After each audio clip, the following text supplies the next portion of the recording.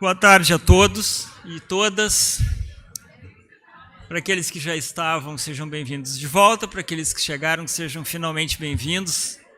Nós vamos dar início à programação da tarde. Antes de eu chamar os nossos palestrantes, eu só vou explicar como é que vai ser a dinâmica dos nossos trabalhos. Nós começamos com a palestra da professora Raquel Ronick, por 45 minutos. A seguir, nós teremos debate que vai ser feito pelo professor Eber Marzullo, por 30 minutos. Adiante, 30 minutos para perguntas do auditório. E, a seguir, imediatamente, nós teremos a palestra da professora Bianca Tavolari, por mais 30 minutos. E, finalizando o nosso evento de hoje, a professora Betânia Alfonsin, por 30 minutos. Então, eu inicio o evento chamando, com muita alegria, a professora Raquel Ronick.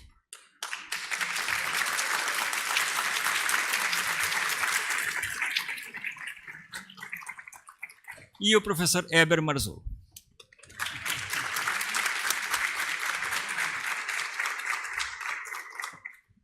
Conquanto a professora Raquel Ronick dispense a apresentação, ao mesmo tempo, homenagear a sua história e a importância da sua trajetória no pensamento urbanístico brasileiro é um dever ético. Então, muito resumidamente, porque evidentemente que esses títulos, essas experiências são incapazes de efetivamente revelar o que um intelectual ou um ator público fez ao longo de sua vida, a importância que ele teve. Então, esses títulos são apenas formais, mas, ao mesmo tempo, um guia turístico do que foi a trajetória da pessoa, né? A gente visitou Roma, visitou Paris, visitou Firenze, mas isso é outra coisa do que a gente conhecer a alma da Itália, a alma do Rio Grande do Sul. A professora Raquel ontem fez um passeio pelo Rio Grande do Sul, pelo Vale do Taquari comigo, mas, evidentemente, a alma não é ir a Lajado, ir a Encantado, é muito mais do que isso. A professora Raquel é urbanista e arquiteta, professora titular da Faculdade de Arquitetura e Urbanismo da USP, e um cargo que eu não imaginava que para ela era tão importante, mas eu ontem senti que é talvez o mais relevante deste momento, que é prefeita do campus da Universidade de São Paulo. Foi diretora de planejamento da Secretaria Municipal de Planejamento de São Paulo, secretária nacional de programas urbanos do Ministério das Cidades, consultora de cidades brasileiras e latino-americanas. Entre 2008 e 2014, relatora especial da Organização das Nações Unidas para o Direito à Moradia Adequada. Atuou como colunista de urbanismo da Rede CBN de São Paulo, Band News e Rádio Nacional, do jornal Folha de São Paulo, e ainda hoje mantém uma coluna na Rádio USP e na sua página Raquel Ronick. É autora, entre outros trabalhos, de A Cidade e a Lei, Legislação Urbana, Política Urbana e Territórios na Cidade de São Paulo, de 1997, Guerra dos Lugares, a colonização da terra e da moradia na era das finanças, de 2016, e, finalmente, São Paulo, Planejamento da Desigualdade, de 2022. Professora Raquel, é com grande alegria que eu lhe concedo 45 minutos para a senhora nos presentear com a sua fala. Não consigo falar sentada. Em primeiro lugar, queria muito agradecer esse convite, que foi uma novela do Cláudio Ari, em nome do Ministério Público, agradecer no nome do Cláudio Ari toda a equipe do Ministério Público, porque fizemos várias tentativas de viabilizar esse evento, essa presença, e virou uma questão de honra, a gente tinha que fazer, né? Agradeço muito também, não só a possibilidade de estar aqui encontrando vocês nesse seminário, mas também agradeço muito a visita que pudemos fazer ontem no Vale do Taquari. Agradeço a equipe da Univates, da Unicinos, que nos acompanhou. Agradeço muito também o professor Heber Marzullo, e também a possibilidade de fazer uma visita hoje em Canoas, organizada pelo vereador Gabriel, e que também foi um momento bastante importante. Por quê? Eu estava preocupadíssima de chegar aqui, neste lugar, falar sobre um tema que, tudo bem, não está escrito aí na chamada do seminário, mas era óbvio que a gente ia ter que tocar em toda a questão, né, da tragédia e da catástrofe climática, né, que ocorreu no Estado. E como eu poderia vir falar sobre isso sem saber nada, sem ter visto, sem ter encontrado ninguém, enfim, sabendo só as coisas que vieram pela imprensa, pelos relatos, né? E foi muito importante para mim poder visitar os lugares, embora de uma maneira muito superficial, conversar com as pessoas, encontrar as pessoas, ouvir as pessoas, o que elas têm a dizer, as suas percepções. Eu queria ousar abrir essa minha fala aqui para dizer que um desastre como esse, com toda a desgraceira que é um desastre como esse, concreta, em várias escalas, em várias dimensões, é uma oportunidade. É uma oportunidade. Uma oportunidade para quê? Para pensar criticamente.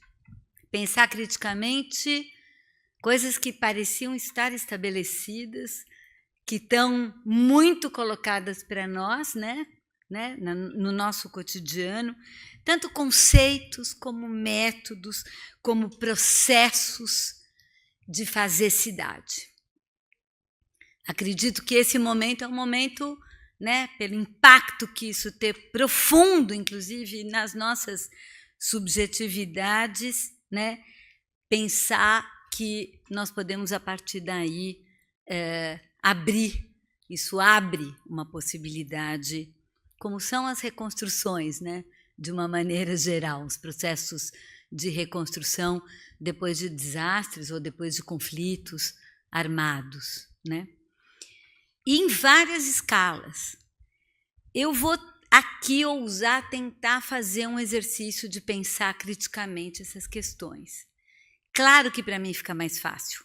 Não sou daqui, minha casa não encheu, não fiquei ilhada, não estou envolvida com as dificuldades de reconstrução, claro, mas às vezes até por essa posição seja mais possível, né, puxar alguns fios aqui e fazer uma leitura crítica, né?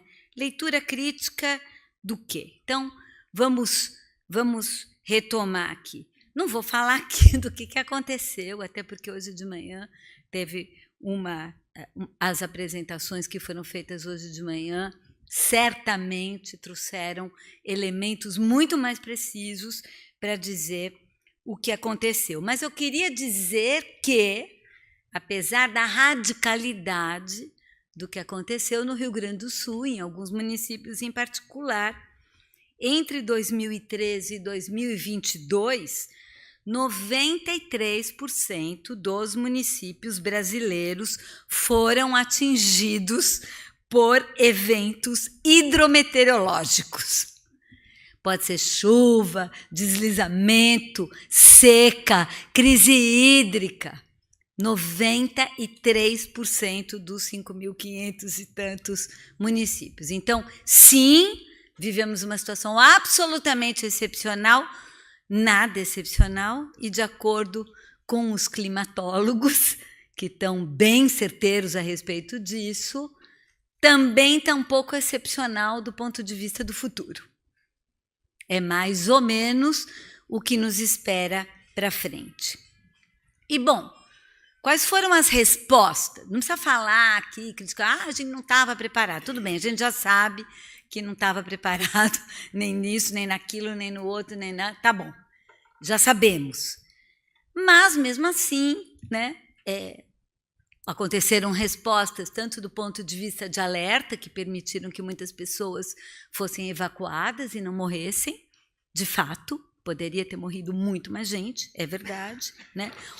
As operações de evacuação, as operações de socorro imediato também salvaram vidas, também foram importantes, né? A questão imediata da comida, da água, da sobrevivência, do abrigo para quem estava desabrigada, tudo isso foi acontecendo, né? E agora nós temos o enorme desafio da chamada reconstrução. Reconstrução, que é o desafio, isso que nós estamos falando é o desafio a partir do presente, a questão do futuro. E para isso, imediatamente no campo, e eu vou começar pelo campo do planejamento urbano, e eu vou tentar trazer basicamente 4 dimensões dessa leitura crítica que eu fui aprendendo, olhando e vendo como as coisas estão acontecendo nesse momento, a partir daqueles que estão envolvidos nesses processos, né?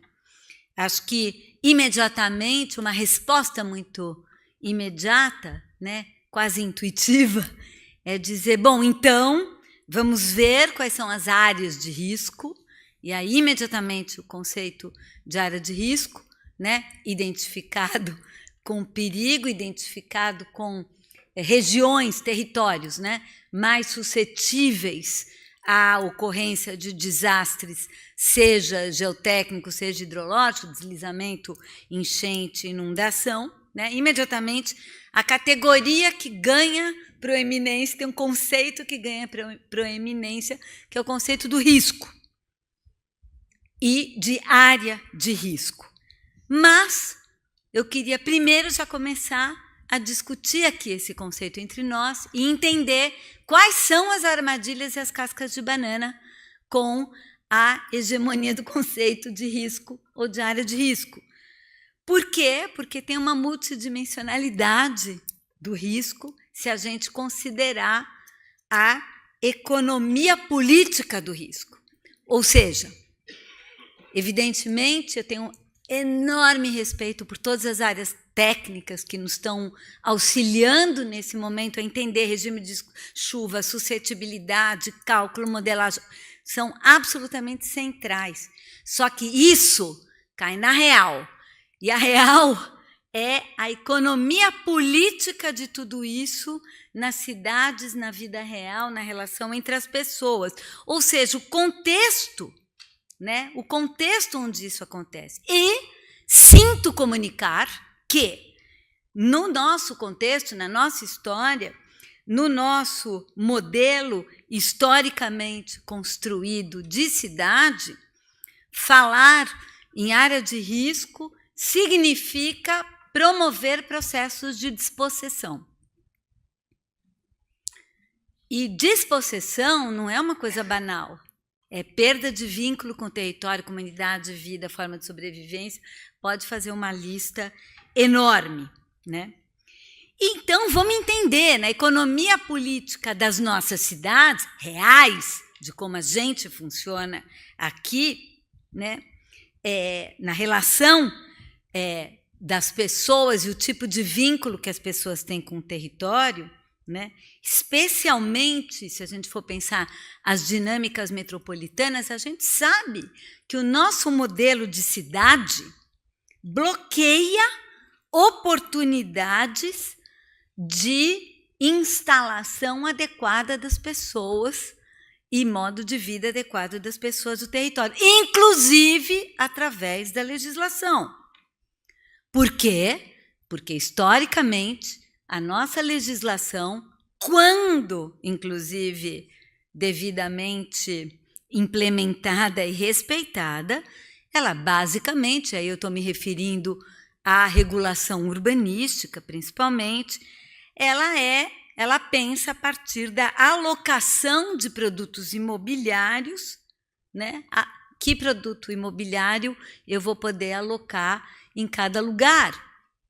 E nunca pelo menos na trajetória que nós fizemos até aqui, que eu espero que a gente possa superar, entre essas formas estiveram presentes formas de constituição dos territórios populares que se configuram de uma forma diferente daquela forma que se configuram os produtos da incorporação imobiliária. O mundo não se organiza em shopping center, torre corporativa e condomínio. Tem isso, bastante, mas tem muito mais coisa que isso. Tem muito mais coisa além disso. E o além disso, historicamente, foi demarcado como o outro que é o irregular, o ilegal, o informal, enfim, o fora, né? Então, esse outro, que é igualmente mercado, não estamos romantizando na dica de nada, são os mercados que oferecem os produtos fora da lei. Os produtos que as pessoas vão, né, se apropriar para se estabelecer. Então, através disso, nós estabelecemos na cidade perímetros, demarcamos perímetros. Um perímetro inserido dentro da legislação ambiental, urbanística, que pelo menos deveria estar inserido e deveria ser respeitada, né? E outros perímetros marcados por uma certa ambiguidade. Faz parte ou não da cidade? Vai ficar ou vai sumir? É como se você tivesse enormes pontos de interrogação pairando sobre pedaços de cidade. Não por acaso, são exatamente aonde?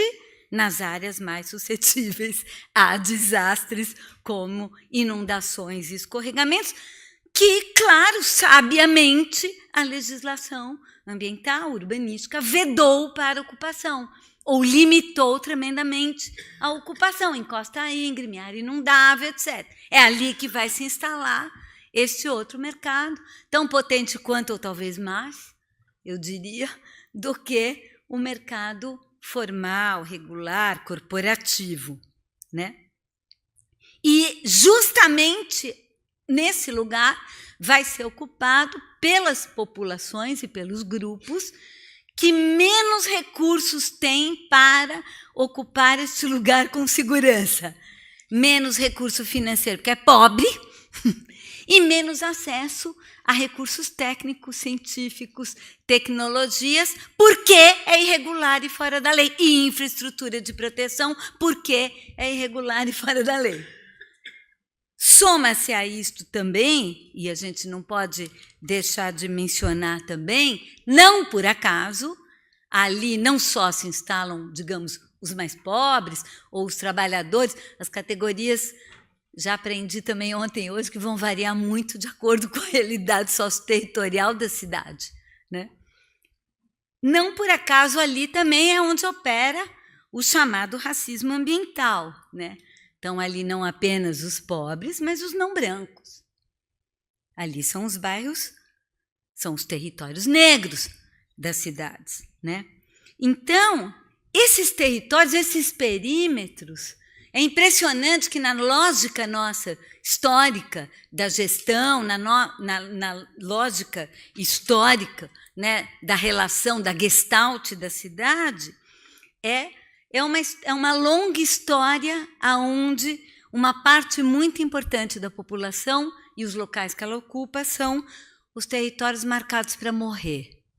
Ou seja, são territórios sem futuro, territórios só do presente, porque eles não estão inequivocamente definidos como parte da cidade. E é claro que esses são os locais que vão sofrer reintegrações de posse, quando se trata de vínculos de ocupação que não são exatamente a propriedade privada individual registrada, mas é apenas uma das formas de vínculo das pessoas com o território no planeta, só que essa virou a única, hegemônica, e todas as demais são irregulares e ilegais, embora todas as demais existem, coletivas, individuais, múltiplas, comuns, vários tipos de posse, vários tipos de vínculo, locação, sublocação, sublocação da laje do terceiro andar, enfim, estamos falando das múltiplas formas, né? E esses locais, esses territórios marcados para morrer, se no começo do século a linguagem, né, de decretação da morte era a higiene, em nome da higiene os cortiços foram demolidos no Rio de Janeiro, e é isso que começou as favelas, né?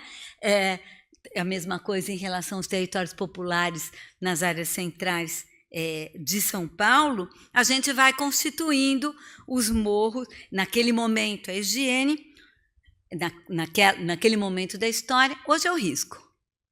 O risco oferece, na economia política da cidade, a justificativa para a remoção. A gente sabe muito bem, né, que, evidentemente, às vezes, tem muitas situações que é absolutamente necessário para a proteção da vida de algumas pessoas que estão ali, que elas não permaneçam ali, porque elas podem estar sofrendo um perigo de vida, né? Entretanto, né, se a gente for ver, de novo, como é que isso cai na economia política real da cidade? Bom, se eu preciso, numa certa área, para construir uma escola, fazer uma extensão de uma rodovia, etc., eu vou desapropriar. E a pessoa que vai ser desapropriada vai receber uma compensação financeira. Se ela não ficar satisfeita com aquela compensação, ela pode discutir isso em juízo, mas, no fundo, aquilo é uma compra, é uma venda forçada dela para o poder público poder usar aquele território. E nas favelas e nas ocupações? Nas favelas e na ocupação é aí que a gente chega ao conceito de remoção. Né? Embora muitas vezes a gente esteja falando de bairros que existem há décadas, 40, 50 anos, 60 anos, consolidados, etc., ali não tem vigência a desapropriação. O que vai acontecer é uma retirada aonde não há um pensamento sobre a compensação ou a contrapartida, não há um pensamento inequívoco de receber um valor monetário, de uma opção de reassentamento. E a coisa mais impressionante, acho que todo mundo que trabalha aqui com cidade, com planejamento urbano, é capaz de dar 500 exemplos em 5 minutos de projetos de extensão de infraestrutura que removeram comunidades que estavam no meio do caminho e que a pergunta, e o projeto para onde elas vão? É mesmo, depois a gente pensa. E aí agora tem uma política pública nova, absolutamente perversa, chamada auxílio aluguel, que fala assim, ó, toma um auxílio aluguel aí, tá, depois quando tiver o conjunto habitacional para onde você vai, aí você vai, tá? E aí a gente tem, por exemplo, as famílias, né, que foram removidas aqui para Via Tronco da Copa, tem famílias até hoje, quanto tempo faz?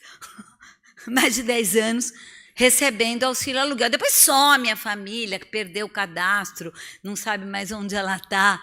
Então, na verdade, o povo chama auxílio aluguel de cheque despejo, óbvio, né? Sai da frente, tira o problema para mim, mas não é um problema do projeto da infraestrutura. Não. Isso é um problema da Secretaria da Habitação. Oi? Vamos discutir um pouquinho a política de habitação já. Por enquanto, estamos falando da política urbana. O que nós estamos falando é que, no nosso funcionamento da cidade, uma parte da cidade fica numa espécie de transitoriedade permanente. Eu vou sair daqui sem nada, eu vou, evidentemente, ocupar uma nova área bastante precária, uma nova área de risco, que é aquilo que a cidade reservou para mim, no zoneamento dela, já que eu não estou incluída ali no zoneamento dela. É claro que a remoção, embora seja violenta, embora aconteça muito, e é muito invisível, e é muito importante trazer isso para a visibilidade, a gente sabe também que o cotidiano, o dia a dia das nossas cidades, não é a remoção. o cotidiano das nossas cidades é muito mais uma ambiguidade. É muito mais lucrativo e interessante deixar a cidade, né, essa cidade irregular, informal, numa situação de ambiguidade, do que o desgaste todo de tirar, botar, arrumar alguma coisa, enfrentar eventualmente resistência da população. Então, na verdade, o que acontece com essa cidade?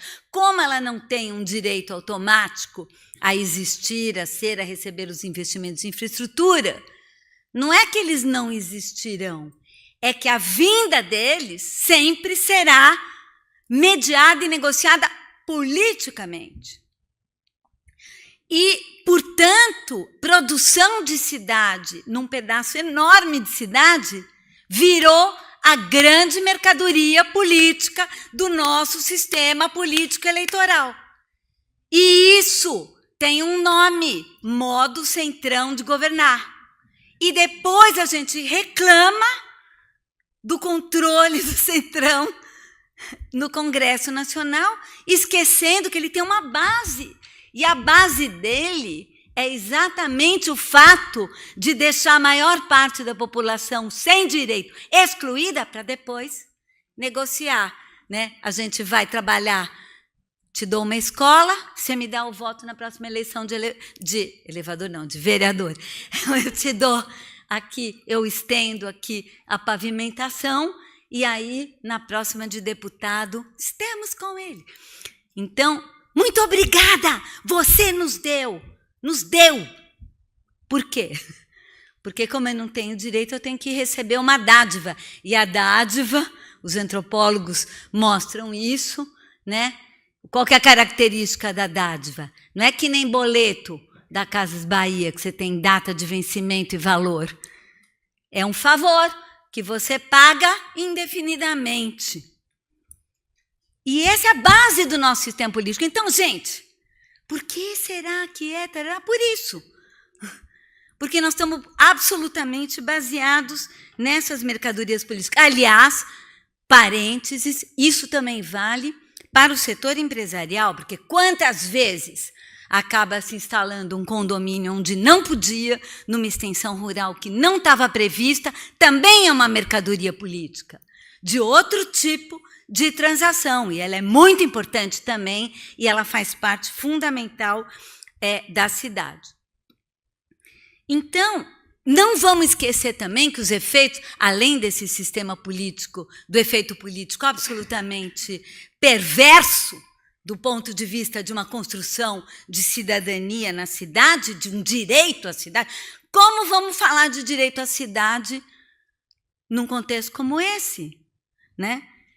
Isso também, esse terreno de ambiguidade, é ou não é, pode ou não pode, talvez pode, dependendo se o prefeito achou que legal, beleza, se não assente, se o vereador pediu, né, que é um pouco como funciona, né?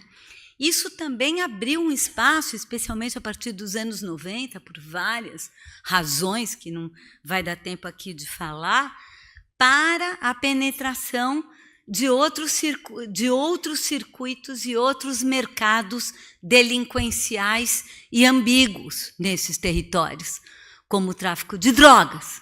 Então, não é à toa que facções ou milícias se instalam e controlam alguns desses territórios. Esse terreno de ambiguidade é a melhor situação.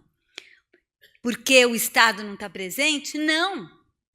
O Estado está 100% presente, mas é como o Estado atua nas suas margens. E isso é fundamental para manter uma desigualdade, uma concentração de renda e uma concentração de poder. E ainda por cima, todo mundo votar nos caras que concentram renda e poder. É exatamente esse o mecanismo. E mais, né, a própria penetração nesses territórios de mercados mais delinquenciais, como as facções, né, também acabam dando um outro pretexto ou uma outra justificativa para uma ação discricionária do Estado nesses locais, em nome da guerra às drogas. Então, quando a brigada vai buscar um traficante de drogas num bairro de classe média vai com mandato, toca a campainha do porteiro, sobe, entra, pega o mandato, leva.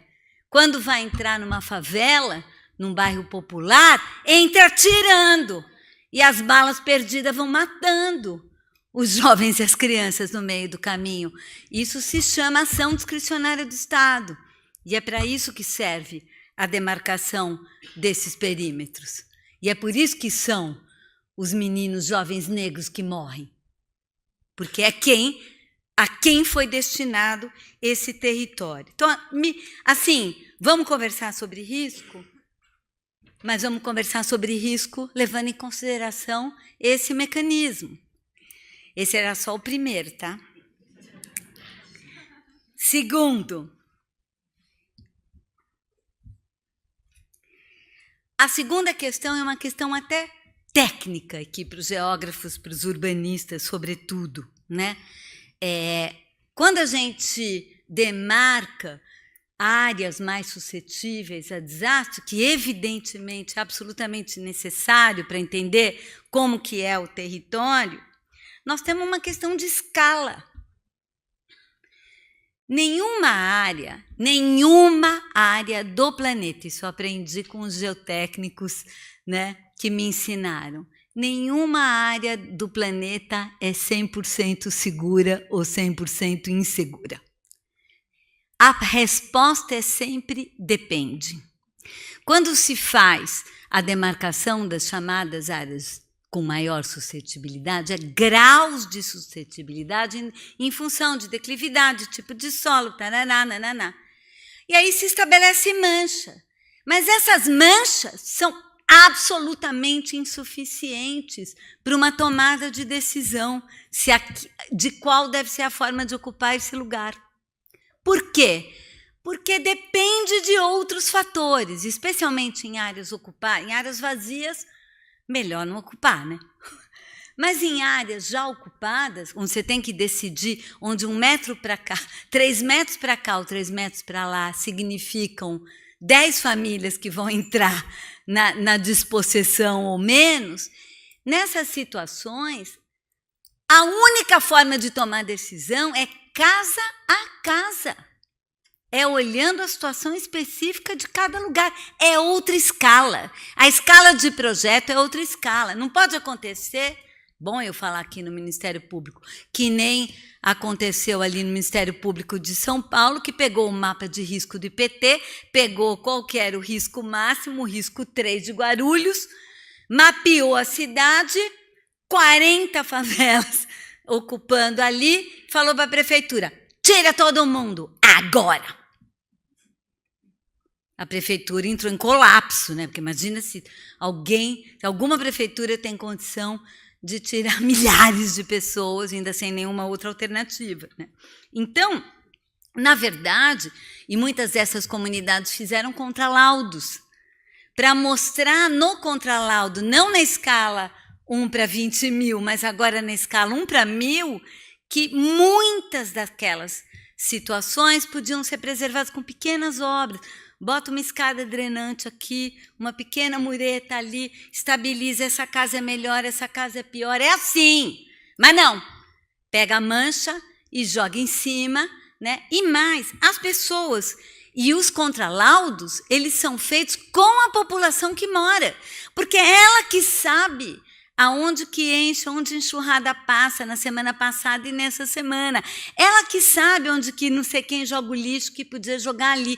Ou seja, eles não são decisões que podem ser tomadas no gabinete por um técnico que faz uma mancha numa escala 1 para 20 mil. Elas têm que ser trabalhadas de uma outra forma, né? Envolvendo, inclusive, as pessoas.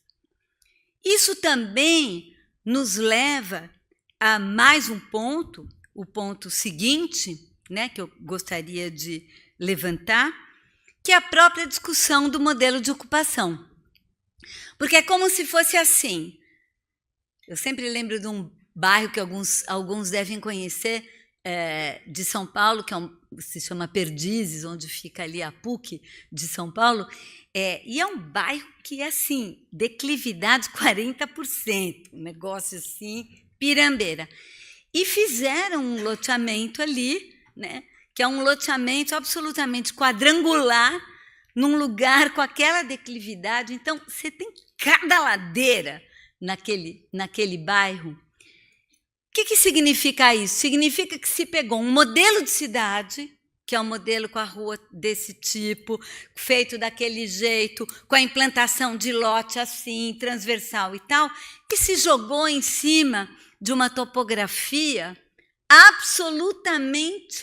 de forma absolutamente inadequada. Isso quer dizer que não daria para ocupar o bairro de Perdizes? Não. Isso quer dizer que um modelo de ocupação, ele, nesse caso, ele precede a decisão. E deveria ser o contrário. O que eu quero dizer com isso? Eu quero dizer que cada lugar tem que ser ocupado de acordo com quem habita este lugar. E as águas, por exemplo, habitam os lugares também.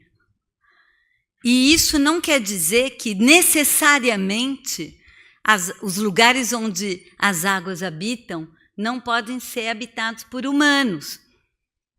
Mas a forma de ocupar esse lugar não é rua quadrangular, asfaltada, com calçada de 1 metro, leito carroçável de 3, lote transversal. E aonde que está entre nós uma discussão que questiona esse modelo de cidade que temos?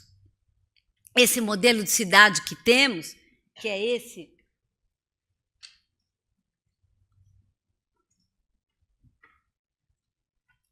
que é o modelo hegemônico de cidade, né? Que é a que constrói as nossas cidades aqui, evidentemente é um modelo de colonialidade europeu, né?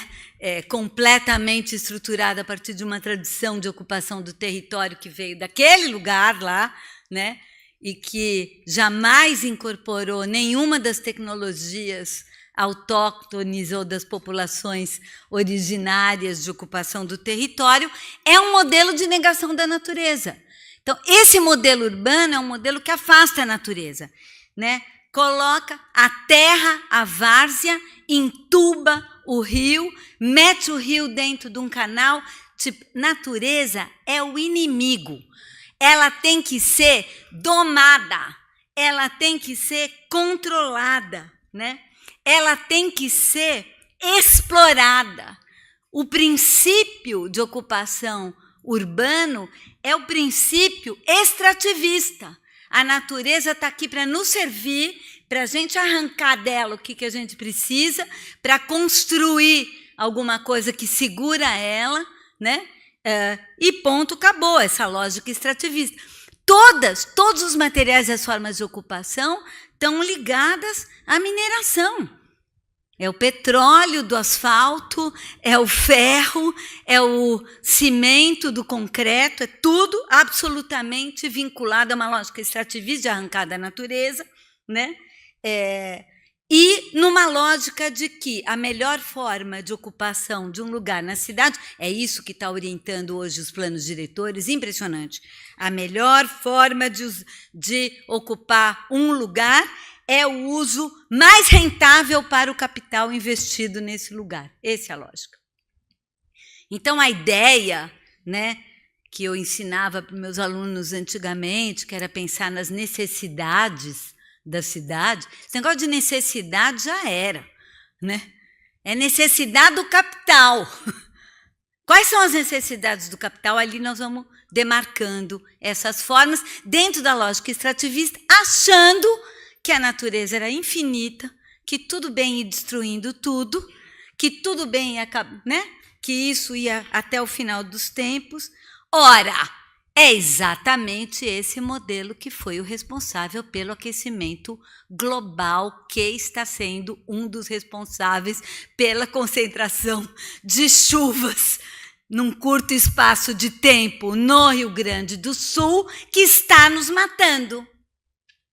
Então, é um modelo tóxico é um modelo de destruição, já está na cara que ele não tem futuro, né? Ele tem uma incidência no clima, né? Quando a gente fala, nunca vimos essa quantidade, né, de água, né, que veio, que desceu tudo de uma vez, que subiu tudo de uma vez, no caso das inundações, na verdade, são os rios, falando, gritando, né, na sua existência. E aí? E agora, para a gente terminar? Nós vamos fazer mais do mesmo? Mais? A mesma pavimentação, mesmo modelinho, os mesmos prédios, as mesmas coisas, só que fora das áreas de risco. E não tem discussão, não tem debate sobre esse modelo. Por fim, o último ponto que eu não podia deixar de mencionar é a política habitacional. Muita gente fala, não, mas esse negócio é porque a gente não tem uma política habitacional, temos que ter uma política habitacional, então tem um consenso que a gente precisaria ter uma política habitacional. Só que, historicamente, a política habitacional também é capturada pelo mesmo modelo. O que é a política habitacional histórica no nosso país? E não só aqui. Ela é feita numa relação entre a indústria da construção civil e a indústria de crédito. É uma conversa entre essas duas. Por isso que a gente inventou esse maldito conceito de déficit. Política habitacional é ver quantas novas habitações precisam ser construídas para serem acessadas. Todo mundo que não pode acessar crédito imobiliário, 70% da população brasileira está endividada. Bem endividada. Todo mundo de nome sujo no Serasa. Enfim, dificuldades de acessar crédito, fora a população que tem uma renda super, super baixa, né? E o sem renda, né? Então, a lógica é uma lógica de uma oferta de produto e não uma lógica de atendimento de necessidade, de atendimento que as necessidades são muito diferentes, são muito variadas, né? Fora a longa e burocrática forma de acessar essa oferta de produtos. A gincana da documentação, né? A gincana da documentação que tem um modelo único e que as pessoas vão tentar se encaixar e sobra gente para tudo quanto é lado que não se encaixa, evidentemente, né? Por quê? Porque a habitação não é 4 paredes e um teto. Não é um produto, não é uma mercadoria, não é um ativo financeiro. Infelizmente, é o que está sendo. Então, nós temos que pensar de outra forma, né? Pensar, né, outro tipo de respostas. Enfim, eu acredito que um desastre como esse é uma oportunidade incrível para a gente pensar. Está tudo tão desgracento que vamos começar a pensar como é que a gente mexe nisso, como que a gente vai enfrentar essas questões. Não sei, aquela solidariedade que rolou logo depois, né, do desastre, embora tenha sido um espasmo de solidariedade que logo depois sumiu e que, embora nem tudo tenha sido solidariedade, também teve muita, né, muita não solidariedade nessa história, ela lembra a gente vagamente que é possível ter algum nível de organização solidária e de existência coletiva, que nem tudo no mundo é individual, que nem tudo no mundo é eu, meu, eu, né? Que pode ter uma dimensão coletiva da vida, que é aquilo que a gente não tem na cidade, né? Essa espécie de suspensão provisória da ordem me parece que é uma oportunidade de reconstruir a ordem. Mas isso, pensar nisso, me parece que só é possível se for feito no lugar. Enraizado, lá onde está. Não é genérico, não é um modelo, não é um desenho feito no gabinete por alguém só contando quanto custa, qual a volta do custo, a lógica do financiamento, os bilhões que vão para cá e vão para lá. E a gente vai vendo os bilhões passando aqui e falar, e nós? E é bilhão, todo dia a gente vê 1 bilhão para não sei o que, 1 bilhão para...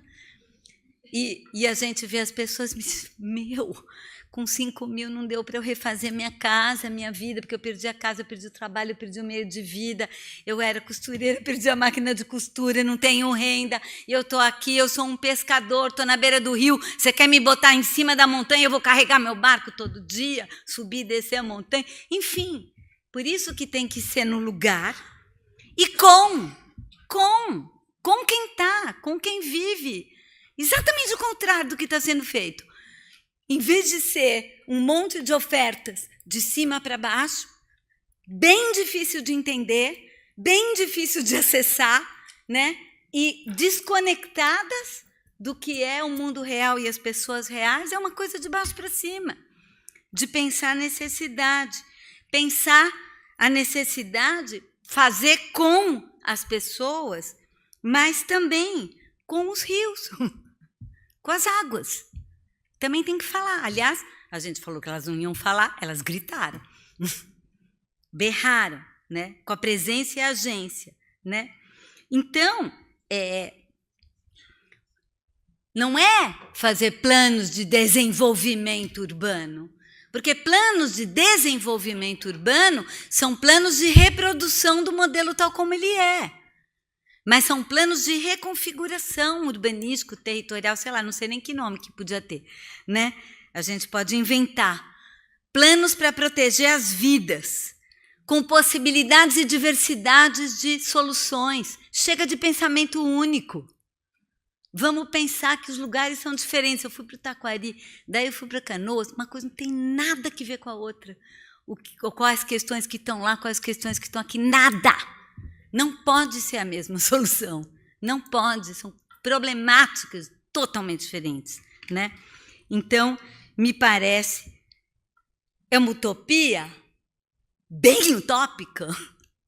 Sim, é uma utopia bem utópica, mas se a gente não construir, ficar vislumbrando essa utopia agora, o que nos resta? E eu termino parafraseando, que é nesse momento que a gente vive, esses tempos turbulentos, o Antônio Gramsci, que ele fala, né? Tem um velho que já morreu, tem um novo que não nasceu, e que nesse meio tempo, nesse lusco-fusco, aparecem as formas mais mórbidas de morte e destruição. Então, o que a gente está vivendo, né, sentindo a destruição não só do planeta, mas da democracia, das relações humanas e tal, tem a ver com esse momento. Por isso, eu acho que esse seminário também tem que ser uma convocação para a gente sair do lusco-fusco e voltar a pensar em utopias. Até porque ou é isso, ou acabou.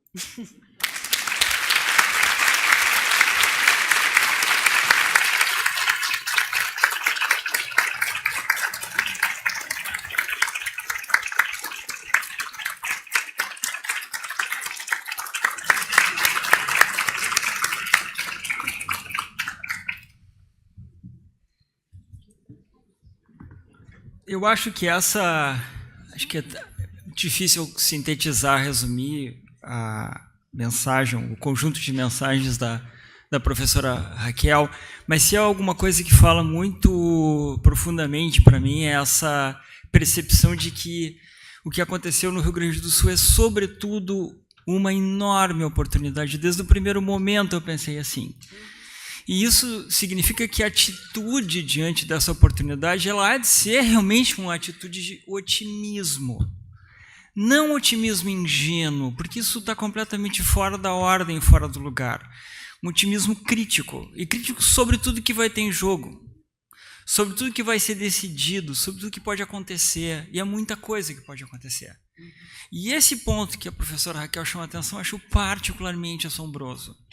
Porque a definição do conceito de risco é o campo de batalha da reconstrução do estado do Rio Grande do Sul. E a definição de risco, ela não é puramente científica, é um conceito disputado. E a gente está ciente disso, é disputado socialmente, politicamente, mas ele vai levar a uma decisão, ou vai levar a uma multiplicidade de decisões. A gente está vendo, a Isabelle está aqui, Marcelo está aqui, como isso está acontecendo no Vale do Taquari, como a equipe está se deparando.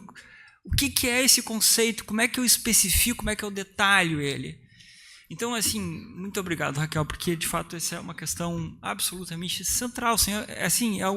É como a gente... Sem isso, a gente não vai adiante, ou vai mal se vai para adiante, sem entender que é um conceito disputado. E a gente, então, vai para o debate com o professor Eber. O professor Eber Pires Marzula, professor titular da Faculdade de Arquitetura e professor colaborador do Programa de Pós-Graduação em Planejamento Urbano e Regional da URGS, o Propur, que é praticamente a segunda casa do Ministério Público hoje.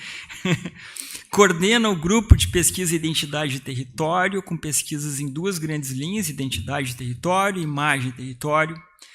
É membro do GT Democracia Participativa, Sociedade Civil e Território, do Centro de Estudos Internacionais sobre Governo, Segovia, da URGS.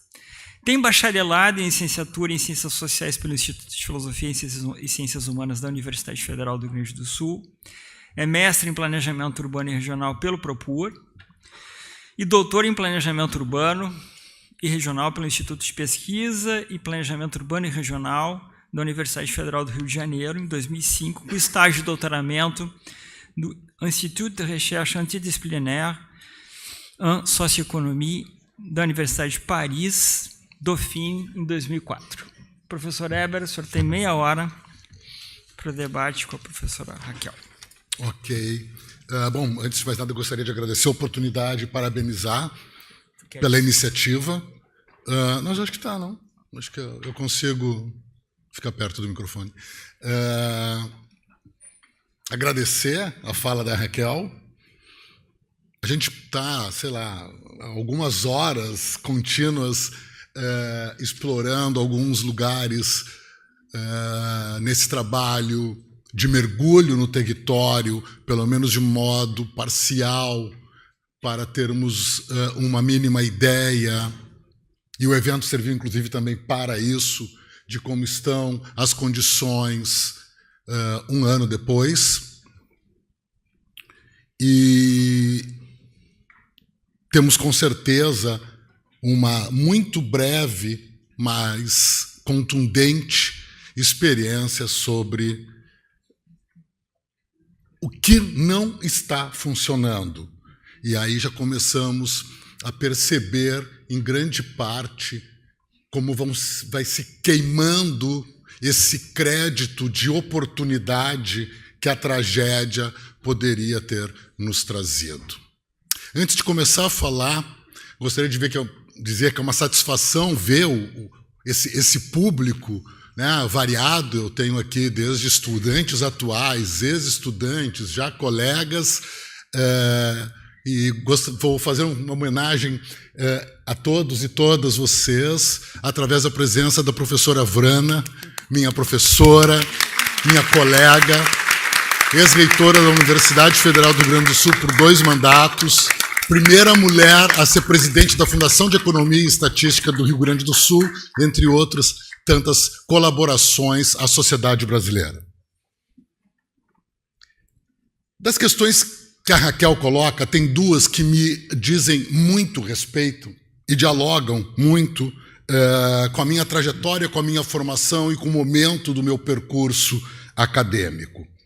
Algumas delas, por óbvio, não só por esse momento mais recente das visitas ao Vale do Taquari e nossas cerca de 12 horas em conjunto, entre conversas, viagens, deslocamentos, como também hoje pela manhã, numa visita e conversa em Canoas, mas também porque, nos últimos anos, eu e a professora Raquel temos convivido numa experiência muito potente de uma disciplina que nós chamamos de Curso em Movimento, que reúne vários programas de pós-graduação na área de arquitetura, urbanismo e planejamento urbano do Brasil e tem sido ministrada por um conjunto de professores de diferentes grandes universidades públicas.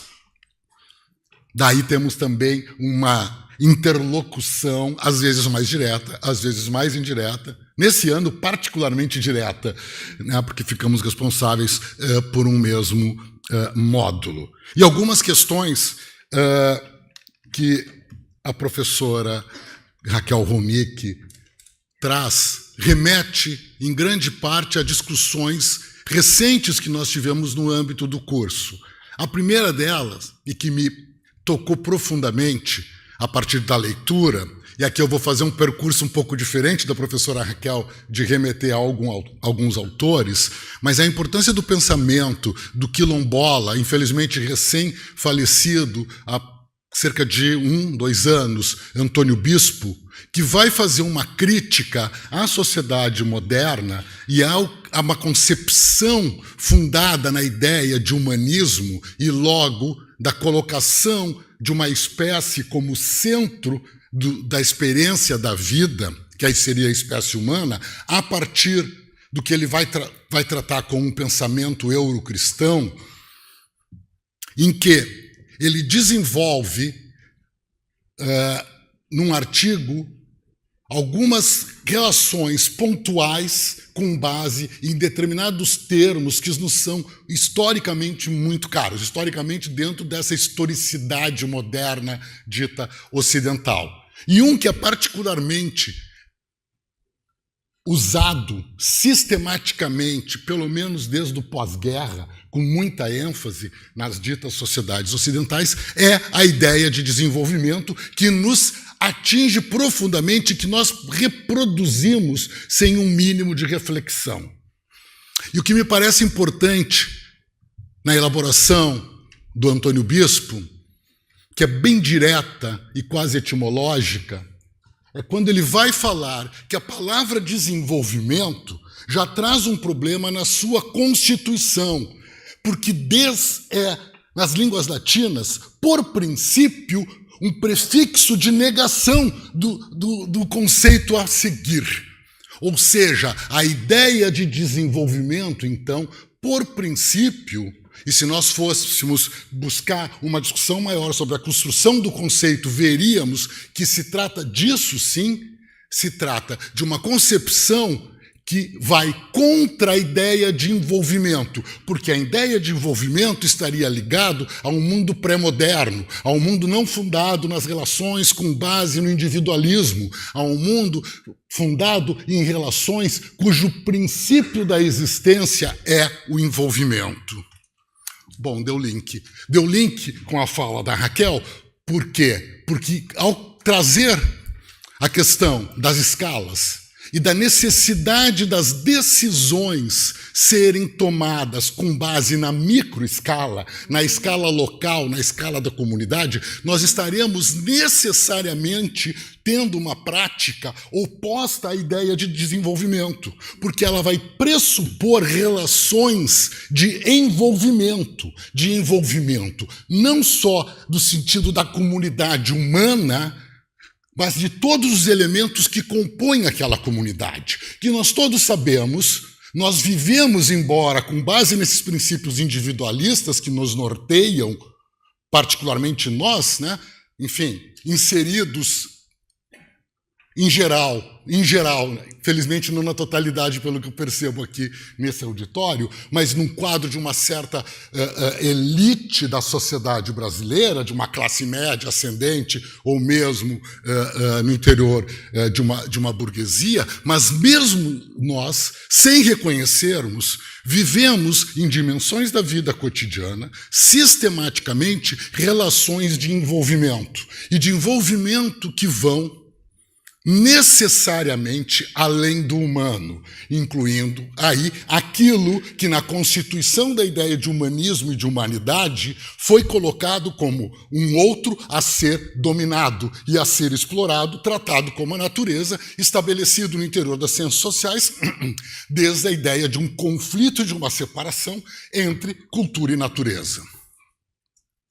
Então, a ideia de termos uma ação no campo da decisão e não no campo apenas da coleta de dados, porque os pensamentos mais avançados no nosso campo do planejamento urbano, da arquitetura e do urbanismo, das ciências sociais e das ciências humanas, quando pensam na escala micro, pensam em geral, e são normalmente os revolucionários, os outsiders, aqueles colocados um pouco à margem do mainstream, na produção do pensamento científico no campo das ciências humanas, incorporam a ideia de trabalhar na escala micro.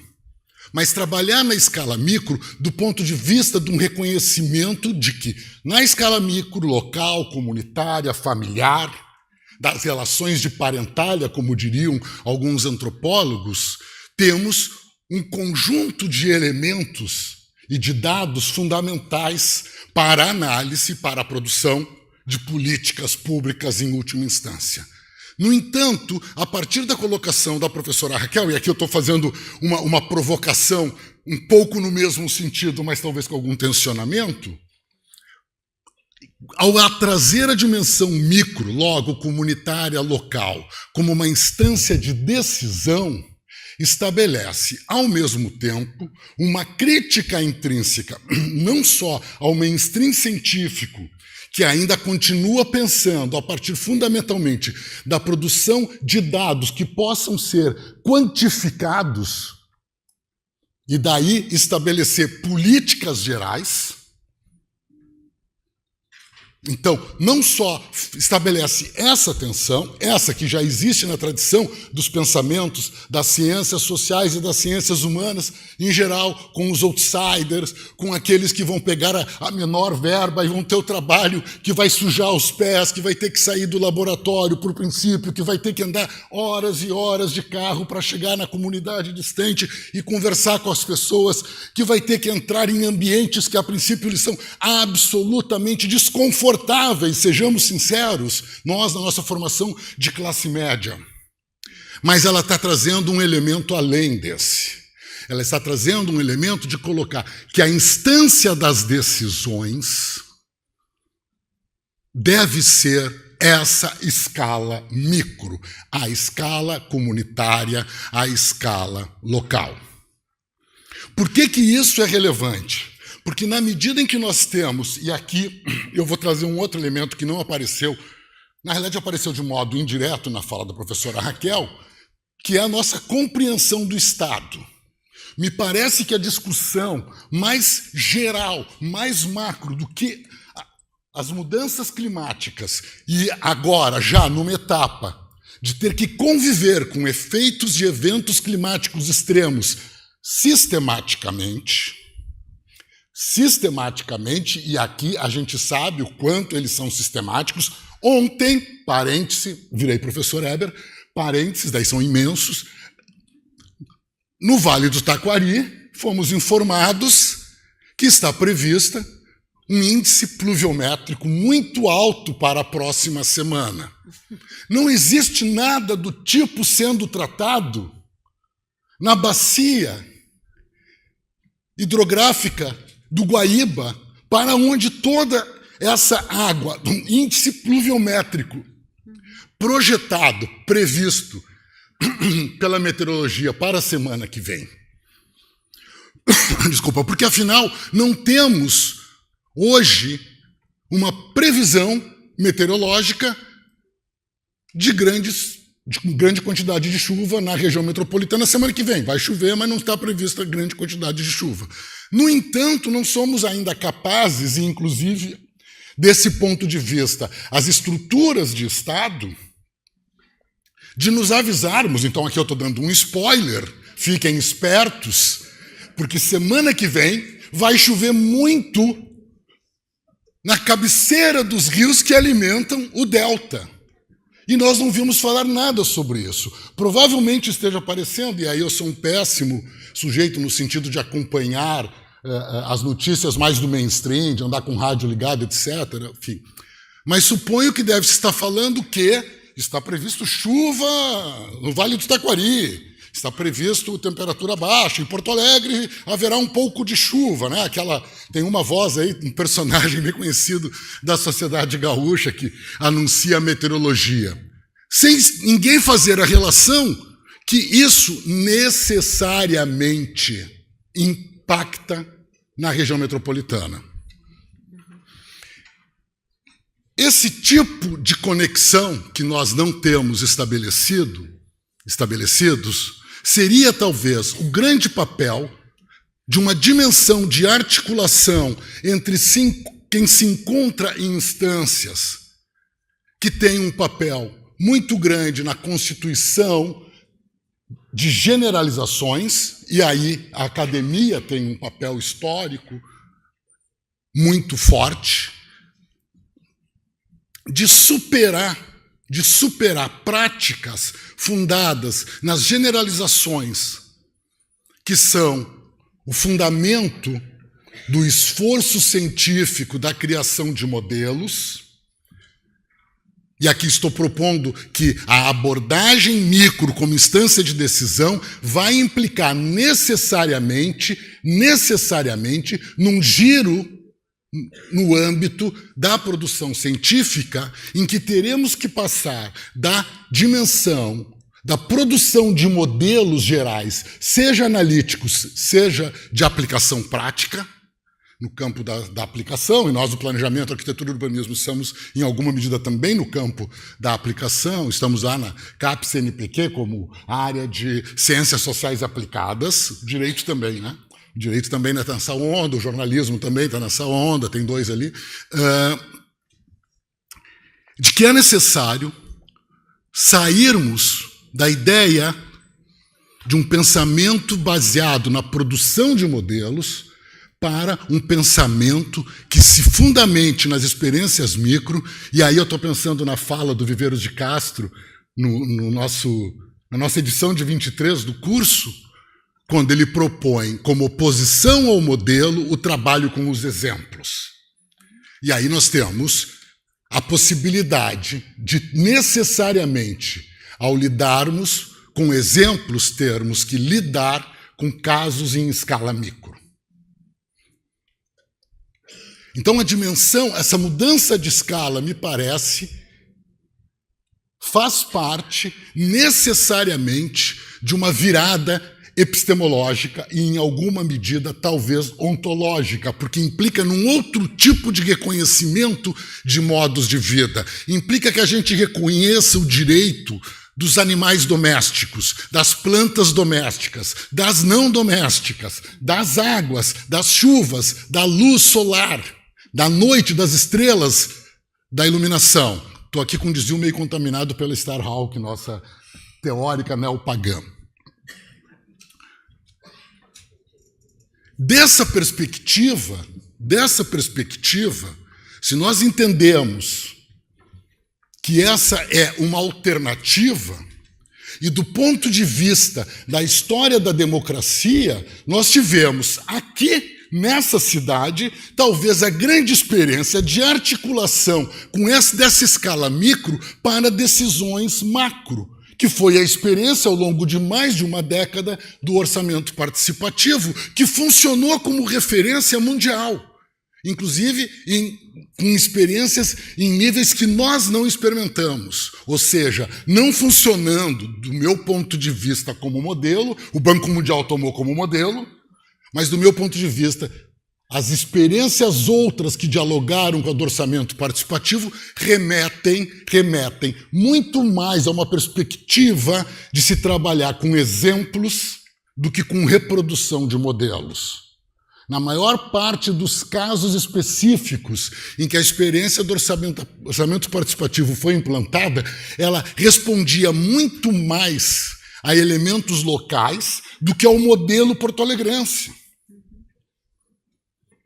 Fico pensando aqui, sei lá, sei de experiências, meu amigo e colega que pesquisou isso, Tarson Nunes, teve muita experiência nesse tipo de investigação. Ele vai dizer, olha, na Itália tem OP em presídio, tem OP em manicômio. A experiência norte-americana é de muita utilização de orçamento participativo nas escolas. Essa dimensão, e eu tenho a impressão que nós perdemos um pouco a relevância dela, porque ela responde imediatamente uma capacidade de articulação do ponto de vista das decisões em escala micro, numa dimensão de ação do Estado. De um Estado que cada vez mais, me parece, permite uma discussão no quadro presente, no quadro contemporâneo, da necessidade de pensarmos um fundamento, particularmente no caso do Estado brasileiro, de que nós somos uma sociedade composta por uma míriade de nações, por diferentes experiências de agrupamentos sociais enraizados e com elementos simbólicos que os constituem como uma unidade social de grau relevante, social, econômica e política. Nós podemos começar a pensar, pelo menos a partir do reconhecimento dos povos indígenas como nações com as quais o Estado brasileiro tem que se relacionar de igual para igual, e não como grupos que precisam ficar delimitados, demarcados, com um direito estabelecido a partir de uma tutela que necessariamente os coloca como um elemento externo sob a ação do Estado, e não como sendo parte constitutiva da experiência do Estado Nacional Brasileiro enquanto Estado unitário. Essa me parece que é uma questão que, se nós levarmos adiante, nós temos algumas constituições na experiência latino-americana mais recente, Bolívia e Equador, particularmente a boliviana, trouxe esse reconhecimento, né, às nações bolivianas, e se estabeleceu o Estado boliviano como um Estado plurinacional. Me parece uma experiência que nós deveríamos, no Brasil, e particularmente no âmbito dessa interlocução aqui, de acadêmicos, intelectuais, juristas, promotores, estudantes e ativistas, né? Tem vários aí, inclusive, com várias camadas dessas que eu coloquei agora aqui, tem um monte de gente que se enquadra em várias delas, de estabelecermos uma discussão sobre por onde passaria uma rediscussão sobre o Estado brasileiro. E me parece que necessariamente deve passar pelo reconhecimento como âmbito de decisões à escala micro, à escala comunitária, à escala local. O que pode permitir um projeto de desenho de quem constitui o Estado Nacional Brasileiro, sendo também diferentes nações. Hoje, quem constitui a definição da Constituição do Estado brasileiro, ela é administrativo-territorial, né, e com os 3 entes federativos. Não temos um estabelecimento de reconhecimento de agrupamentos distintos, com culturas diferentes, com línguas diferentes, com religiões diferentes, que convivem no interior de um mesmo projeto de sociedade. Essa me parece também, estou supondo aqui que estamos todos, em alguma medida, do mesmo lado em relação aos problemas, mas como um enfrentamento à onda fascista generalizada no mundo e que encontra muitas facilidades de tomar de assalto a experiência do Estado moderno. O que implica, então, que ou o Estado moderno chegou ao seu limite, enquanto experiência, ou ele sempre permitiu, na sua Constituição, tal qual essa compreensão da sociedade moderna, essa possibilidade, a possibilidade de tomada de assalto por grupos que não estão comprometidos com algo que, a princípio, se estabelece como sendo talvez a grande herança iluminista, que é a experiência da democracia. E aqui, um novo parênteses importante, estou pensando no meu amigo, colega, interlocutor americano, Michael Menzer, que vai no We Decide, quando ele discute as experiências de processos participativos nos Estados Unidos, particularmente em Nova York, trazer, mas tem vários autores que têm recorrido a esse exemplo histórico, da Federação Cherokee como uma forma de se pensar novas possibilidades para o funcionamento do Estado. Ou seja, nós temos grupos originários nas Américas, cuja estruturação política era federativa e de reconhecimento de diferentes nações. No caso lá do Menzer, ele vai fazer essa discussão para se aproximar da experiência do orçamento participativo. Então, essas me parecem duas questões que se articulam de modo imediato. Primeira, a necessidade de nós estabelecermos formas de práticas em que a dimensão local e comunitária seja uma dimensão, uma escala de decisão, e não só, no máximo, de captação de dados. E aí o exemplo dos processos participativos já nos apresenta alguma possibilidade, como o tratamento a partir dessa escala vai implicar necessariamente numa tensão com o projeto de Estado Nacional, que tende a constituir uma territorialidade, relações entre agrupamentos sociais num campo de uma homogeneidade, que não existe nas sociedades.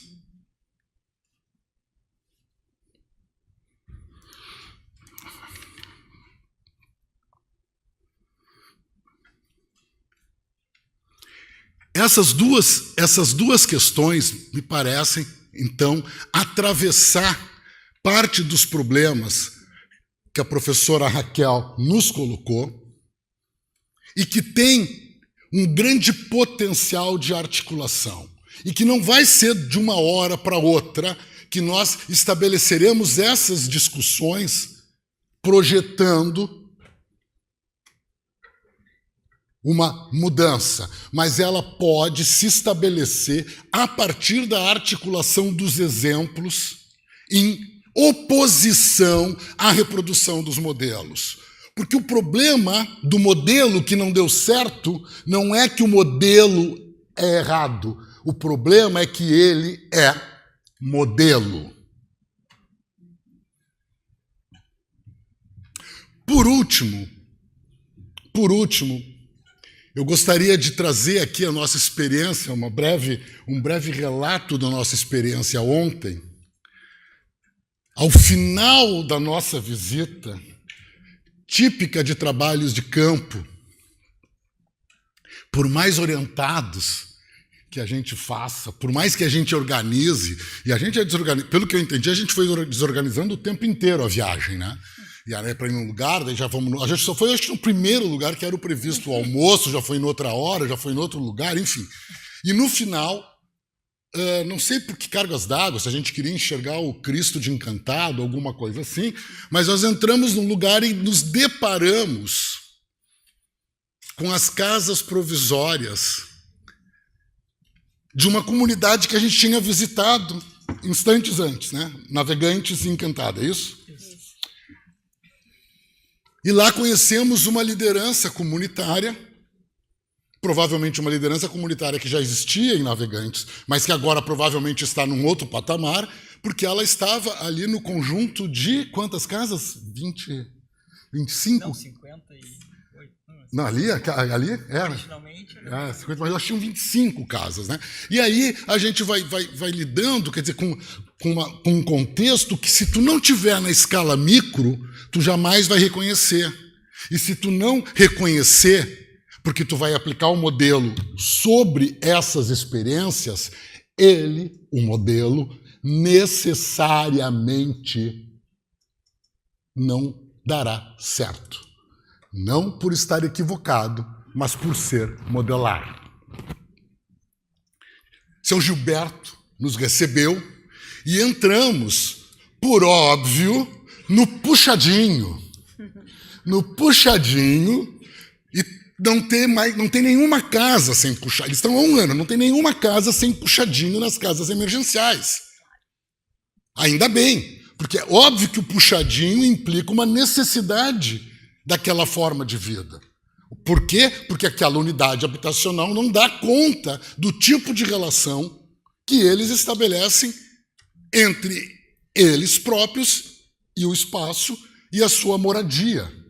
Uma moradia que tem, embora minúscula, era nítido que ela não tinha o peso de uma privacidade típica do mundo da classe média e das classes ascendentes e das classes dominantes, que é a distinção estava dada muito mais no âmbito, me parece, de uma distinção de um ambiente doméstico e de um ambiente público, sendo que com um espaço de interface entre as duas dimensões, que era uma parte do puxadinho do seu Gilberto, que era onde ele tinha criado a sala da associação, e onde tinha um esquema fantástico da distribuição de recursos do governo local, estadual e federal em escala, né? E aí tinha uma dimensão ali que ele colocava uma seta maior, que era o que chegaria neles no âmbito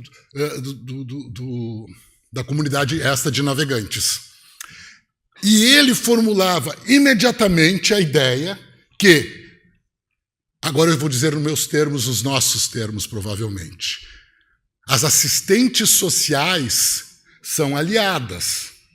Por quê? Porque parece que a população vai ter uma tensão, e isso é clássico, quem trabalha em comunidade, etc., com assistente social, porque ela representa o Estado e é ela que vai lá. Né? E ele fazia uma elaboração dizendo, olha só, eu explico para o pessoal que as assistentes sociais, elas estão conosco. O problema não são elas. O problema é o prefeito e o vice. Tinha uma bronca com o vice ali, porque ele explicitou o vice, que em geral é um cargo meio assim, mas na história recente brasileira os vices acabaram tendo, né, uma importância além do necessário.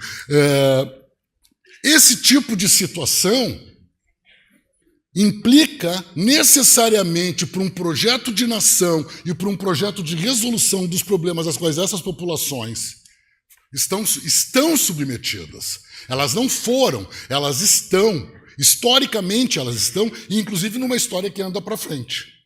Porque elas continuam sendo aquelas em espaços e territórios mais vulneráveis, que se nós não levarmos em conta no âmbito das decisões, necessariamente vai dar errado. Obrigado, Raquel.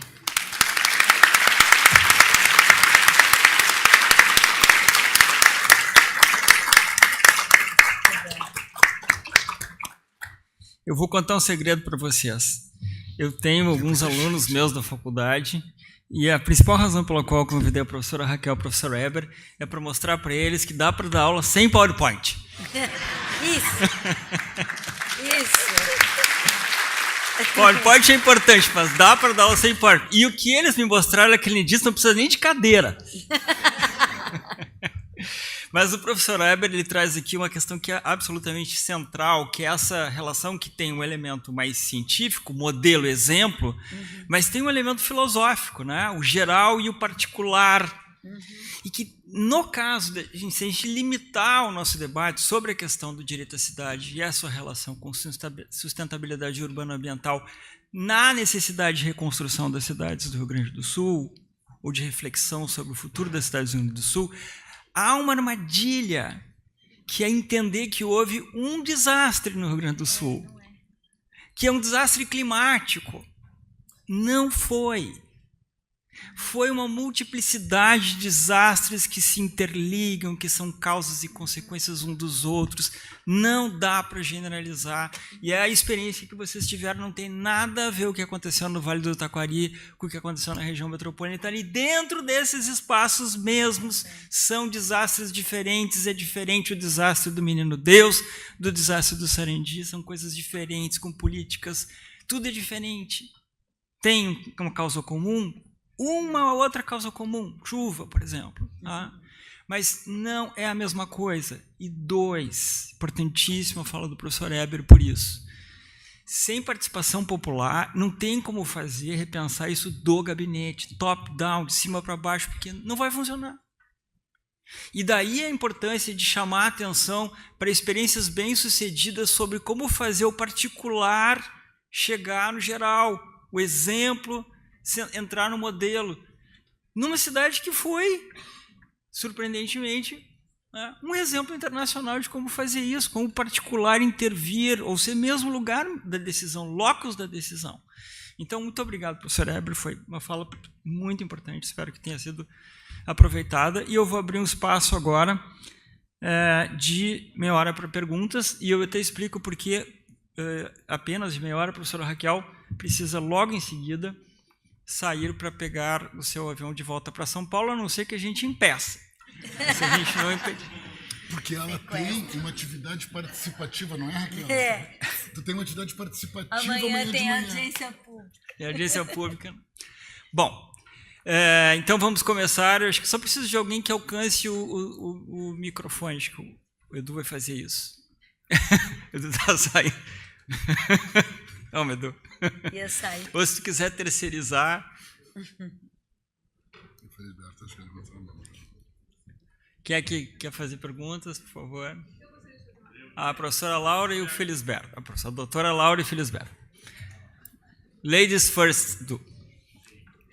Tem que ver se está ligado, Laura. Obrigado. Vamos supor, dentro da fala, principalmente da professora Raquel, nós temos uma população local que sempre viveu na beira do rio. E com essa situação que aconteceu aqui no Rio Grande do Sul, a água do rio não apenas subiu, como numa parte houve um arrastão. E isto vai acontecer de novo. O Estado, leia-se no lato sensu, quer retirar aquela população dali para resolver o problema. A população local, pescadores raízes, não querem sair. E aí? Respeitamos aquela população e os mantemos ali. E buscamos alternativas para evitar que isso se repita, ou tomamos a decisão mais simples, que é retirá-los e tirá-los do ambiente onde eles sempre viveram e do qual eles não querem sair. Só vou fazer uma contextualização, tá, Raquel? É para a Raquel a pergunta... Para a Raquel, só uma contextualização, doutora Laura. Ela é a juíza de direito que coordena o projeto Terra, que é um projeto de regularização fundiária liderado pelo Poder Judiciário. Então, esse é um problema do cotidiano da Laura. Resposta? Muito obrigada por essa questão. No fundo, essa é a pergunta todo o tempo, né? E ela não tem uma resposta sim e não. Porque a construção da possibilidade da permanência implica em se pensar o futuro de uma permanência com proteção. Como ela poderia ser, quanto ela custa, como ela se configura. Mas, para poder fazer essa discussão, é fundamental reconhecer o custo de tirar. Porque é como se ele não existisse. Tira, sumiu. Mas não sumiu. As pessoas não somem, né? Elas vão continuar existindo.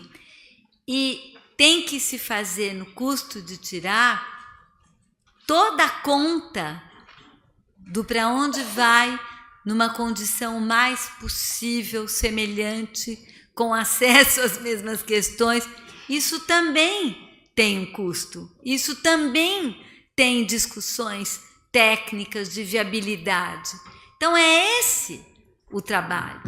O que acho que não pode fazer é imaginar, né, que é um pouco como acontece, considerando toda a economia política do nosso modelo de Estado, de decisão, etc., que tirar é como se absolutamente tivesse resolvido o problema. Mas tirar não resolve o problema. Tirar cria um problema. Isso quer dizer que é proibido, em qualquer circunstância, jamais tirar, mas de forma nenhuma. De forma nenhuma. É que tem que ser pensado qual é a dimensão desse problema e até onde ele vai.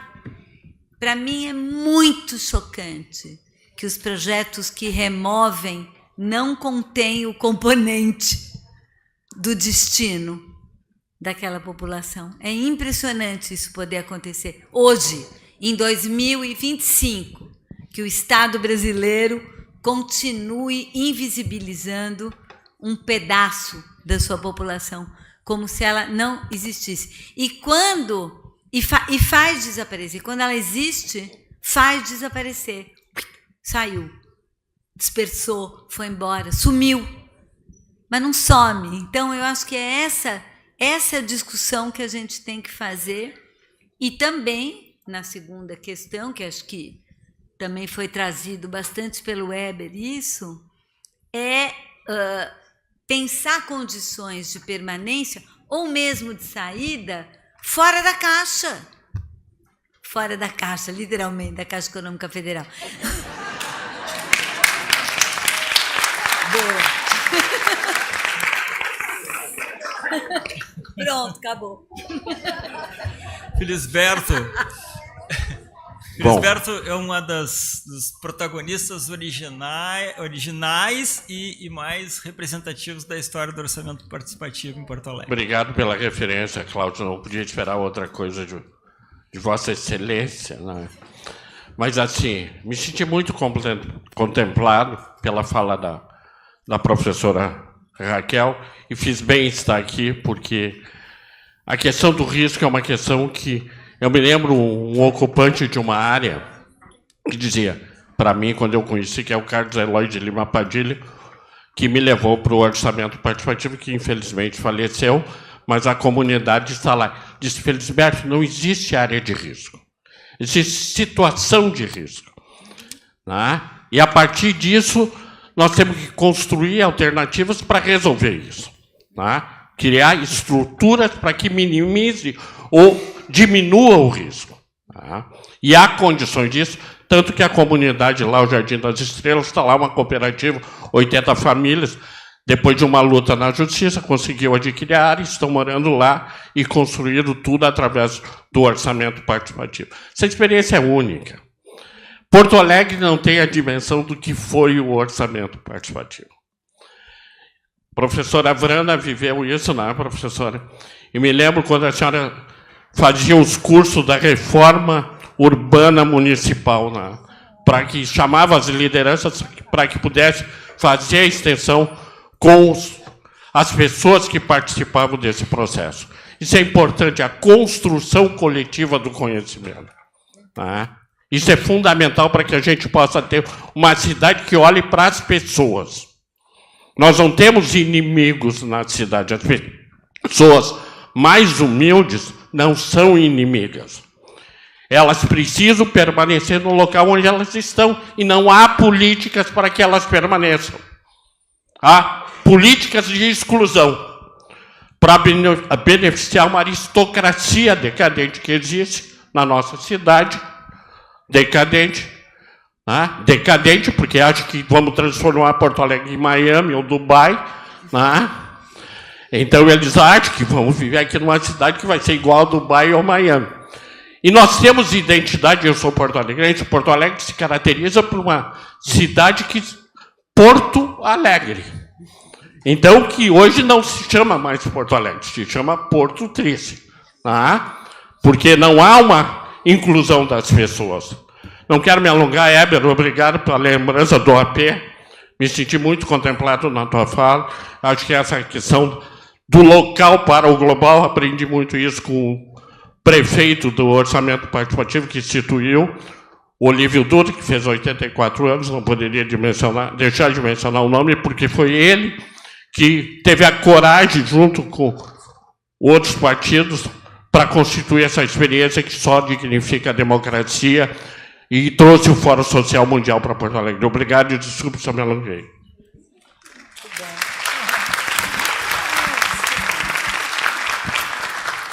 Cláudia. Obrigada, Cláudia Ari. Parabéns pelo seminário, pela oportunidade. Bem como a Raquel disse, né, a gente estava há muito tempo esperando por esse momento para ela poder vir aqui e fazer essa fala maravilhosa. Mas, assim, eu queria fazer uma pergunta e uma colocação, né?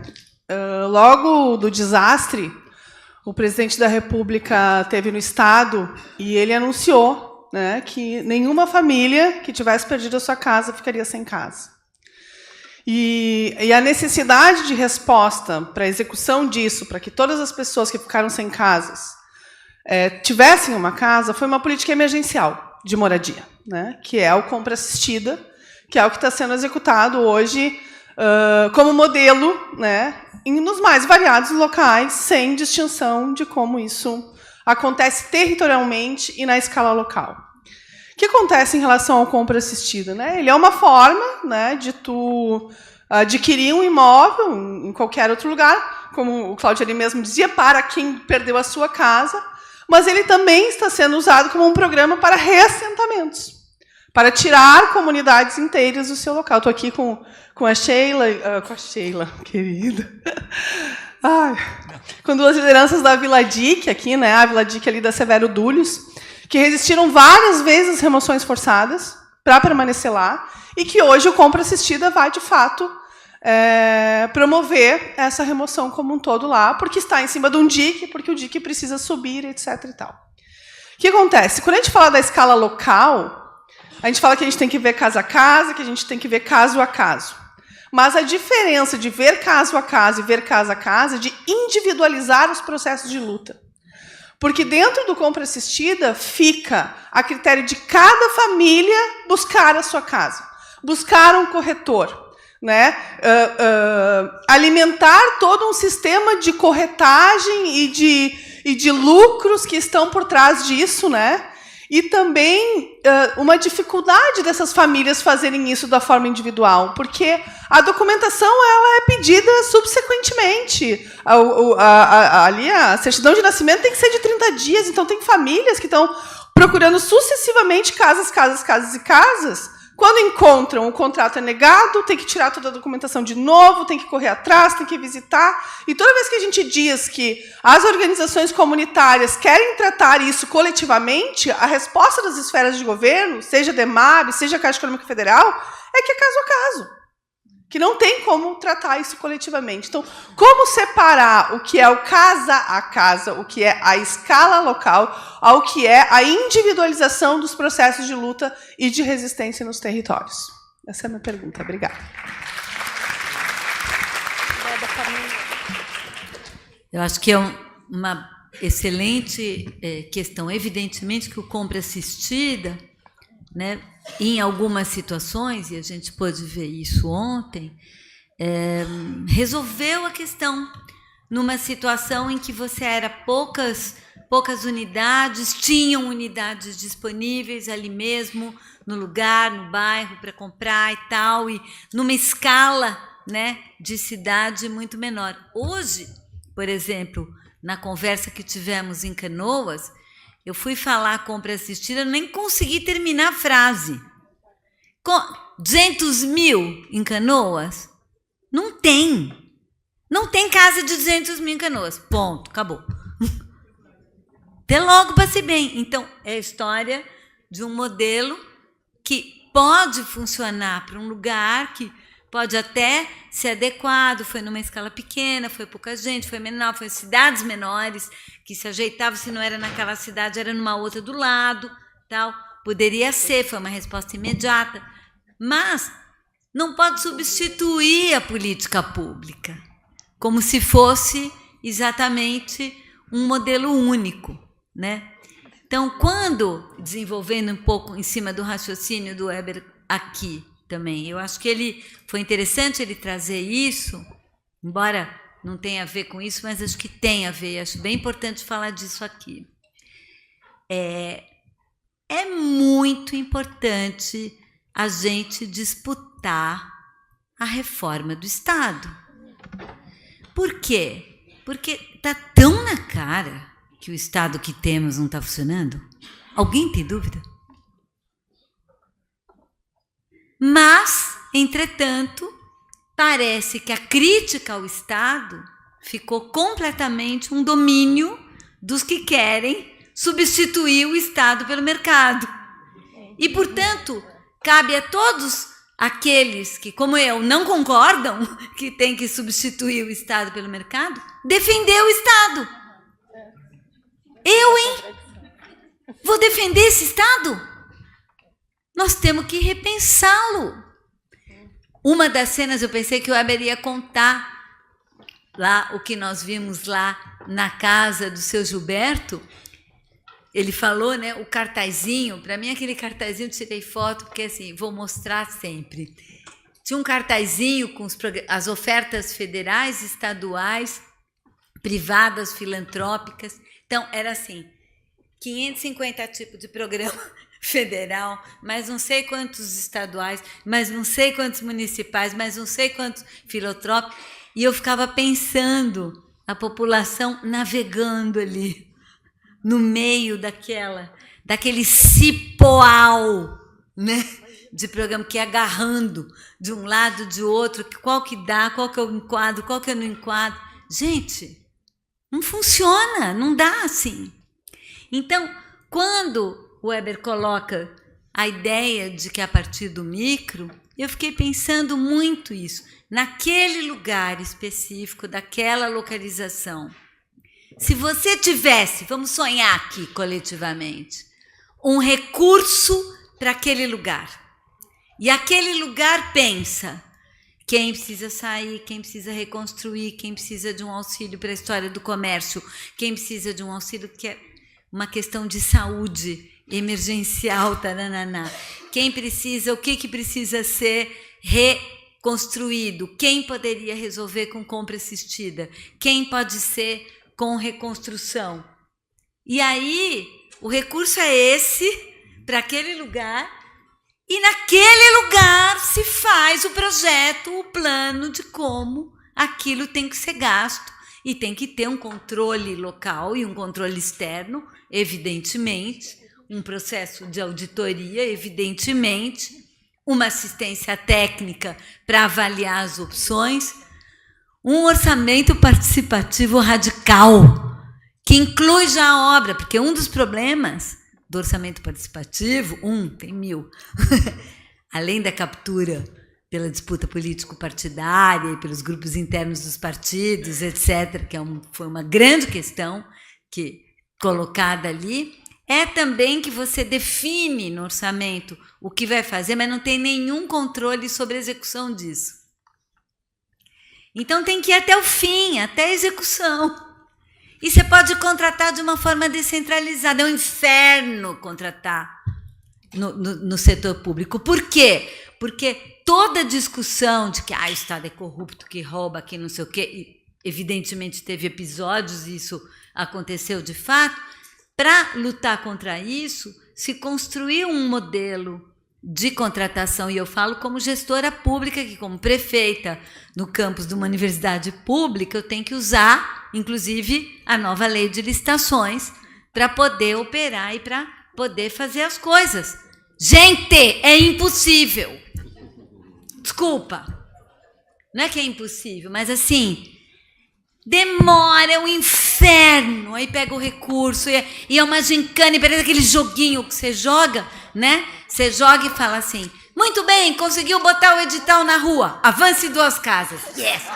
Pus o edital. Aí chega no edital, não sei o quê, apresentou um recurso, contestou, volta 3 casas. Aí não sei o quê, aí no pregão, aí finalmente ganhou o negócio do pregão pelo menor preço. Juro, aconteceu isso com a gente agora. Manejo de áreas verdes. Ganhou ali pelo menor preço uma empresa. Na hora que a empresa chega, vem os trabalhadores dessa empresa de chinelo trabalhar. Você fala, ele ganhou o menor preço? Claro, no preço dele não tem EPI, não tem toda a legislação trabalhista cumprida. Não dava para trabalhar com isso. Eu não ia deixar, né, trabalhar com motosserra, alguém de chinelo, sem EPI. Enfim, estou dizendo que nós construímos uma legislação para controlar o Estado que mata o Estado. A gente não consegue fazer nada e aí fala, tá vendo? O Estado não faz nada, deixa o mercado. Mas qual é a proposta de reforma de Estado que nós temos? Vamos combinar que precisa reformar? E que é fundamental fazer isso? E qual é a proposta que temos? Acho que é fundamental, nessa discussão agora, sentir muito isso, que nós temos que desenvolver um pensamento sobre isso. E, de novo, a reconstrução é uma oportunidade, porque como ela tem uma certa excepcionalidade ali, que você pode criar ali meio uma estrutura paralela, que ninguém vai achar esquisito, né? Vai chamando de reconstrução, a gente poder experimentar outras práticas, né? Que vão viabilizar que as coisas tenham um mínimo de razoabilidade, respeitem as pessoas, tenham controle social e controle público e consigam se implantar rapidamente até o fim. E no fim as pessoas conseguirem fazer, porque é isso. A gente fica travado, né? E perdido no meio desse cipoal. E aí, em vez da gente imaginar outra forma, não, a gente fica tentando navegar dentro disso, né? Então, eu acho que isso tem a ver, não tem a ver com a compra assistida, é um pouco mais geral do que isso, mas acho que dialoga com a questão que você colocou. Desculpa, falei demais. Bom, embora eu acho que todo mundo queria ter o seu dia com a professora Raquel Ronick, mas só eu tive ontem, eu e o professor Heber. E a não ser que a gente institua um programa de destino participativo, assim, a professora Raquel não pode perder o voo dela. Então eu vou me despedir da professora Raquel, depois vocês vão ficar sentadinhos. Porque nós vamos agora para a parte culminante e a parte mais importante do evento, que é falar sobre direito agora. Eu me despeço da professora Raquel e logo em seguida eu vou chamar a professora Bianca e a professora Betânia para nós concluirmos o nosso evento hoje. Muito obrigado, professora Raquel.